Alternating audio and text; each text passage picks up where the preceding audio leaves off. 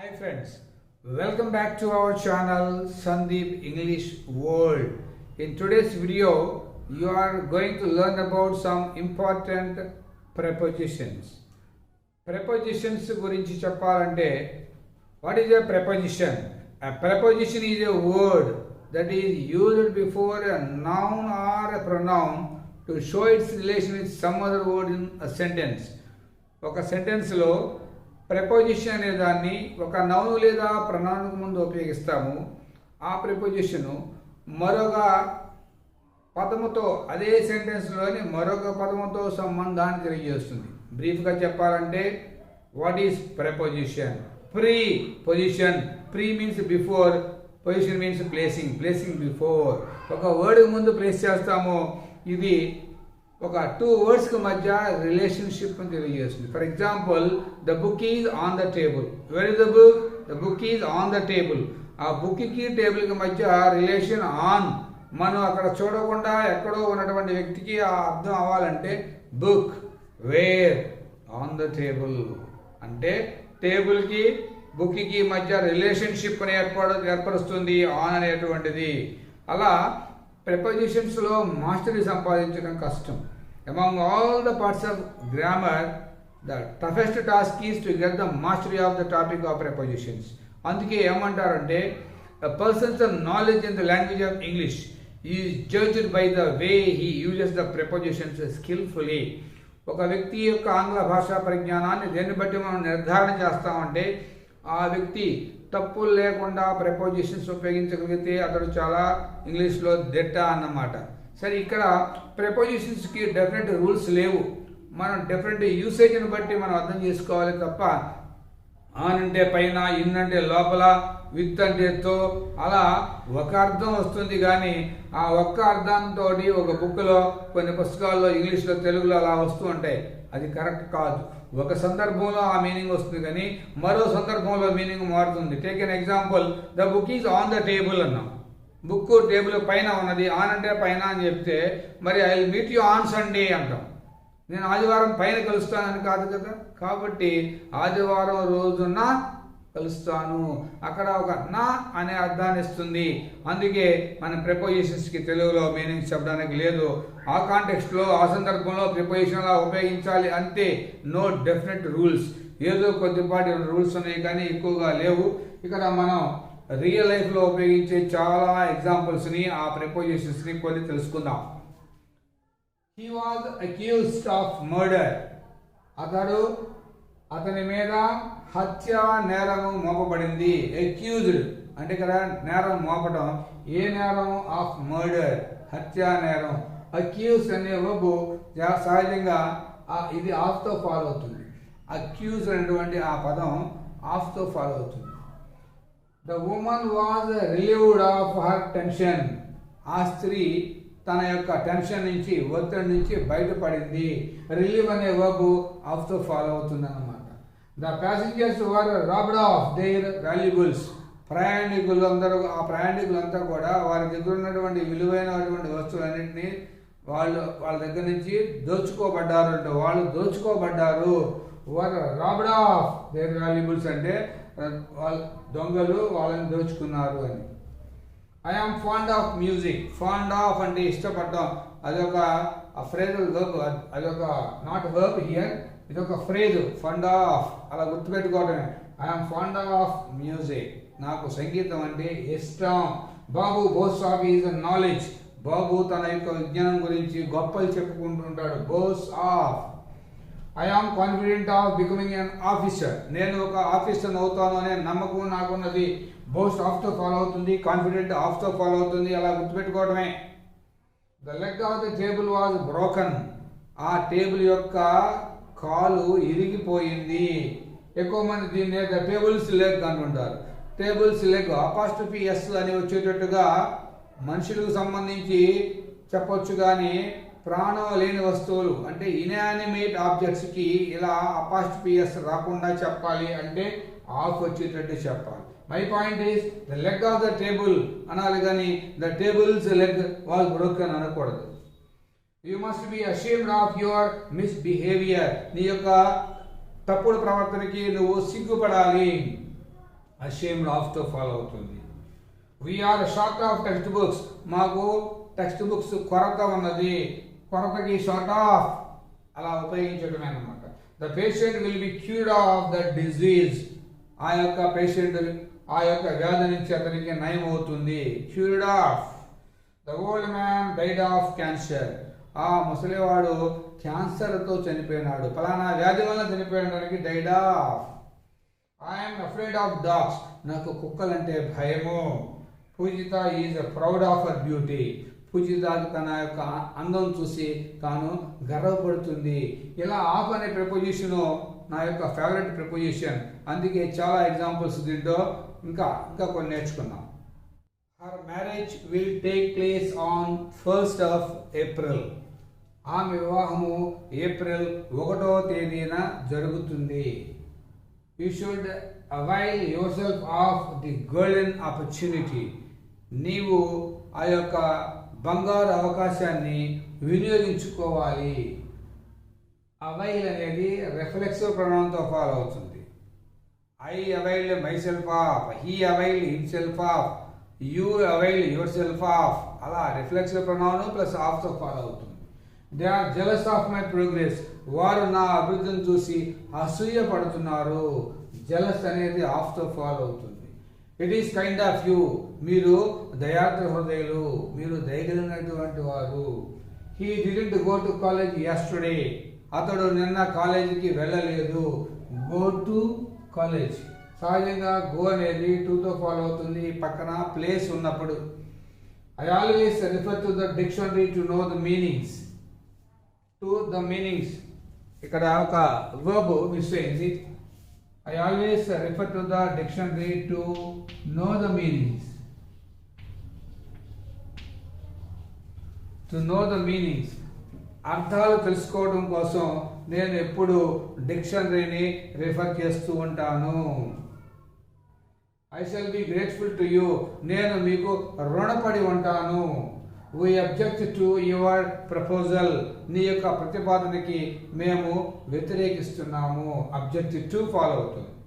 We must stick to some principles. మనము కొన్ని నియమాలకి బద్ధులై ఉండాలి. Stick to. The factory belongs to my uncle. ఆ factory మా అంకుల్కు చెందినటువంటిది. I prefer tea to coffee. నేను కాఫీ కంటే టీనే ఇష్టపడతాను. ప్రిఫర్ అనేది తో ఫాలో అవుతుంది. Prem prays to God daily. Prem ప్రతిరోజు దేవుణ్ణి ప్రార్థిస్తాడు. You should listen to me. నీవు నేను చెప్పేది వినాలి. లిసన్ తో ఫాలో అవుతుంది. I am devoted to teaching. Teaching అంటే నేను ఎంతో ఇష్టం అని చెప్పకుండా దాన్ని ఇంకొక భాషలో నేను టీచింగ్కి అంకితమై ఉన్నాను. Devoted to teaching. ఇక్కడ ప్రిఫర్ తో ఫాలో అవుతుంది. అలాగే కొన్ని వర్డ్స్ కొన్ని టు అనే ప్రిపోజిషన్తో ఫాలో అవుతాయి. ప్రిఫర్ తో ఫాలో అవుతుంది, ఎల్డర్ తో ఫాలో అవుతుంది. అలాగే కొన్ని లాటిన్ అడ్జెక్టివ్స్ ఉన్నాయి. Superior to, inferior to, anterior to, posterior to, ulterior to. ఇలా ఆ పదాలన్నీ తో ఫాలో అవుతాయి. According to Nehru, the students of today are the citizens of tomorrow. Nehru ప్రకారము నేటి బాలలే రేపటి పౌరులు. నేటి విద్యార్థులు రేపటి పౌరులు. అకార్డింగ్ టు, చాలామంది అకార్డింగ్ టు అని మిస్యూజ్ చేస్తుంటారు. అకార్డింగ్ టు సోన్స్ కరెక్టే కానీ అకార్డింగ్ టు మీ అనకూడదు. నా ప్రకారం అని ఎప్పుడు అనకూడదు. మరి ఏమనాలి దానికి బదులుగా అంటే in my opinion, in my opinion అని అనాలి. I invited all my friends to dinner. Invite అనేది ఎప్పుడు తో ఫాలో అవుతుంది. అది మనకు తెలిస్తే కరెక్ట్ ప్రిపోజిషన్ ఉపయోగిస్తాం. నేను మా అందరి స్నేహితుల్ని డిన్నర్కి ఆహ్వానించాను. You should apologise to your teacher. నీవు మీ టీచర్కి క్షమాపణ చెప్పాలి. అపాలజైజ్ అనేది తో ఫాలో అవుతుంది. I want to do this work now. నేను ఇప్పుడు ఆ పని చేయాలని కోరుకుంటున్నాను. ఈ టు తర్వాత ఎప్పుడు వర్బ్ యొక్క మొదటి రూపమే ఉంటుంది. ఈ డూ అనే కాదు, ఏ వర్బ్ చెప్పినా టు తర్వాత వర్బ్ అంటూ చెప్పామంటే వర్బ్ యొక్క మొదటి రూపమే ఉండాలి. I want to go, I want to do, I want to come, I want to solve, I want to read, I want to write, I want to do something. అలా to తర్వాత verb యొక్క మొదటి రూపమే ఉండాలి.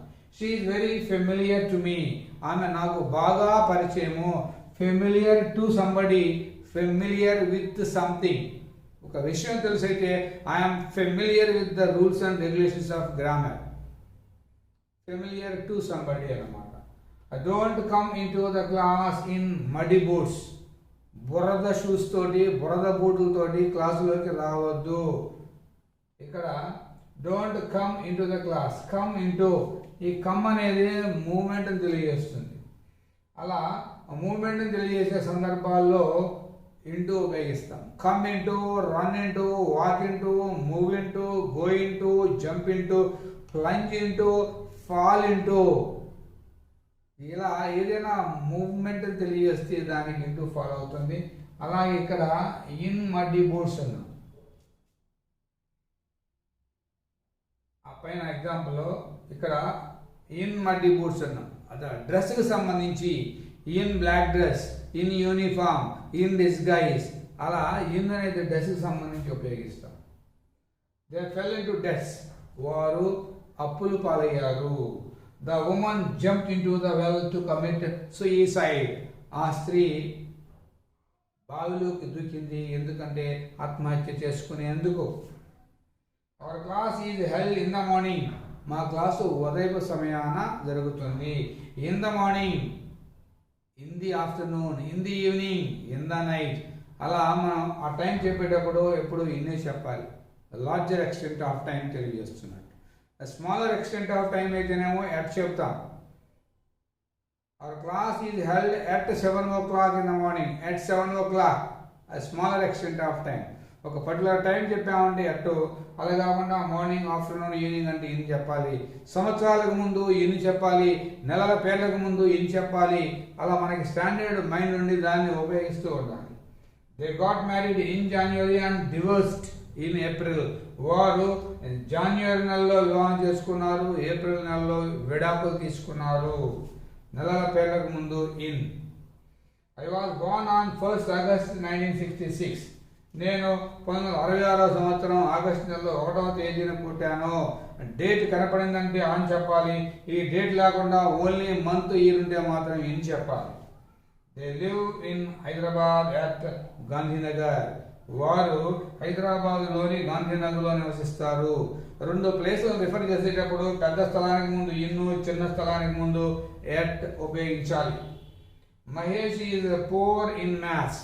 మహేష్ మ్యాథమెటిక్స్లో చాలా poor, చాలా తెలివి తక్కువ వాడు అని చెప్పడం. అలా పూర్ అంటేనేమో ఏం చెప్పాలి, గుడ్ అంటేనేమో ఎట్ చెప్పాలి. Mahesh is good at maths అంటే మహేష్ మ్యాథ్స్ బాగా వచ్చు. సో ఇక్కడ గుడ్ అంటేనేమో గుడ్ ఎట్, మళ్ళీ బ్యాడ్ అంటే కూడా అంటే good at, bad at, skill at, adapted. But poor in అనేది మనం గుర్తుపెట్టుకోవాలి. ఇలా అక్కడ ఎందుకు అక్కడ ఉపయోగించాలంటే అందుకే ఉపయోగించాలి. No particular rule. ఇంకా కొన్ని ఎగ్జాంపుల్స్ చూద్దాం.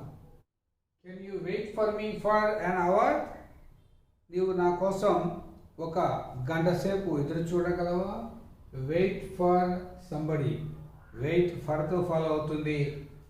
సరళ is suffering from a fever now. సరళ జ్వరముతో ఇప్పుడు బాధపడుతున్నది. సఫర్ అనేది ఫ్రమ్తో ఫాలో అవుతుంది. Suffer from, differ from, abstain from, refrain from, stop from, prevent from, prohibit from. ఇలా ఒక్కొక్క వర్బ్ ఒక్కొక్క ప్రిపోజిషన్తో ఫాలో అవుతుంది. Girija left for Guntur.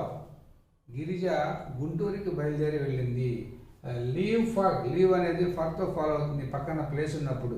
అదే గో అయితే గో టు అంటాం, లీవ్ అయితే లీవ్ ఫర్ అనాలి. I have a thirst for knowledge. నాకు జ్ఞానం, విజ్ఞానం అంటే దాహం, విజ్ఞాన దాహం ఉన్నది. Some people have a thirst for money. కొంతమందికి ధనదాహం ఉంటుంది, కొంతమందికి విజ్ఞాన దాహం ఉంటుంది, కొంతమందికి నిజమైనటువంటి ఫిజికల్ నీడ్ దాహం. They voted for the BJP. వారు బీజేపీకి ఓటు వేశారు. ఒక పార్టీకి అనుకూలంగా వేస్తే ఓట్ ఫర్, ఒక పార్టీకి వ్యతిరేకంగా వేస్తే vote against. We go for a walk in the mornings. ఉదయం సమయాల్లో మేము వాకింగ్కి వెళ్తాము. ఒక పర్పస్ తెలియజేసేటప్పుడు ఇక్కడ మామూలుగా అయితే గో టు కదా అని డౌట్ వస్తుంది కొంతమందికి. Go to a place, walk అనేది ప్లేస్ కాదు, ఒక వాక్ అనే ఒక యాక్టివిటీ కోసం వెళ్తున్నాం కాబట్టి, ఆ పర్పస్తో వెళ్తున్నాం కాబట్టి go for walk. She has a great respect for her teachers. ఆమెకు తమ టీచర్ల పట్ల గొప్ప అభిమానం ఉన్నది, గౌరవం ఉన్నది. Respect for, love for, regard for somebody. The meeting started at 7 PM. Meeting సమావేశము సాయంత్రం 7 గంటలకి ప్రారంభమైంది. ఇలా ఎగ్జాక్ట్ టైం చెప్పేటప్పుడు అటు చెప్పాలి. The children are at play. పిల్లలు ఆడుకుంటున్నారు. ఒక యాక్టివిటీలో ఇన్వాల్వ్ అయ్యేటప్పుడు ఎట్ సమ్ అదర్ యాక్టివిటీ చెప్తాం. ఇప్పుడు నేను టీచింగ్ అనే యాక్టివిటీలో ఉన్నా కాబట్టి నేను ఇలా చెప్తా, I am at teaching, they are at dining. వాళ్ళు భోజనం చేస్తున్నారు అంటే they are at dining and the boy is at reading. ఒక యాక్టివిటీలో ఇన్వాల్వ్ అయినప్పుడు అలా చెప్పాలి. I do it at your request. నీ అభ్యర్థన మేరకు నేను దాన్ని చేస్తాను. I do it at your request, at your command. నీ ఆజ్ఞ మేరకు, నీ అభ్యర్థన మేరకు అనడానికి ఇలాంటి ఫ్రేజ్లు ఉపయోగించాలన్నమాట. The news is coming on the radio. వార్తలు రేడియోలో వస్తున్నవి అంటానికి కమింగ్ ఆన్ ద రేడియో అనాలి. ఎక్కువ మంది రేడియోలో కదా తెలుగులో అని in the radio, in the TV అనకూడదు. On the radio, on the TV అనాలి. What the time now by your watch. నీ వాచీలో టైం ఎంత అని అడిగేటప్పుడు మనం సొంతగా ట్రూ ట్రాన్స్లేషన్ చేసి నీ వాచీలో కదా, ఇన్ యువర్ వాచ్ అనుకుంటారు. అలా అనకూడదు, బై యువర్ వాచ్ అనాలి. I agree with you. నేను నీతో ఏకీభవిస్తున్నాను. Agree with somebody, agree to something. నువ్వు చెప్పేటువంటి ప్రతిపాదనతోనే అంగీకరిస్తున్నాను అనుకోండి, అప్పుడు I agree to your proposal అనాలి. సో డెఫినెట్ రూల్స్ అంటూ ఏం లేదు. అగ్రీ అనేటువంటి వర్క్ ఒక సందర్భంలో విత్ అంటున్నాం, మరో సందర్భంలో అగ్రీ టు అంటున్నాం. Angry with somebody, angry at something.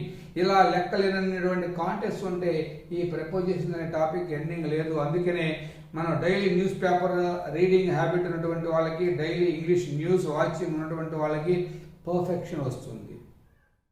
ఇలా ఈ టాపిక్తో నేను ఈ కోర్సుని ముగిస్తున్నాను. And I hope that many of you have watched almost all the 40 videos made by me. నేను ఇప్పటి వరకు చేసినటువంటి ఆ 40 వీడియోస్ 40 డే కోర్సులో ఎవరైతే క్షుణ్ణంగా విన్నారో, క్షుణ్ణంగా నోట్బుక్లో రాసుకున్నారో వారు మరలా చూస్తే వారికి మంచి ఇంగ్లీష్ వస్తుంది అనేటువంటి నమ్మకం నాకున్నది. And it is up to you. And I hope that is the end of the course. And ఇంకా ఈ కోర్స్ అయిపోయిన తర్వాత ఇంతటితో ముగియలేదు. ఇంకా ముందు పోటీ పరీక్షలకి ప్రిపేర్ అయ్యేటువంటి విద్యార్థుల కోసం ఎన్నో వీడియోస్, అది బిఎడ్ టెస్ట్లకు ప్రిపేర్ అయ్యేటువంటి, డిఎస్సికి ప్రిపేర్ అయ్యేటువంటి, రైల్వే ఎగ్జామ్స్, బ్యాంక్ టెస్ట్, లేకపోతే ఎస్ఎస్సి ఎగ్జామ్స్, గ్రూప్ 1 మెయిన్స్లో ఇంగ్లీష్ ఉంటుంది, సివిల్ సర్వీసెస్ మెయిన్స్లో ఇంగ్లీష్ ఉంటుంది. అలాంటి అన్ని పరీక్షార్థులకి ఉపయోగపడేటువంటి వీడియోస్తో, మరిన్ని వీడియోస్తో మళ్ళీ మీ ముందుకు వస్తాను. Until then, take care. Bye bye. Happy learning.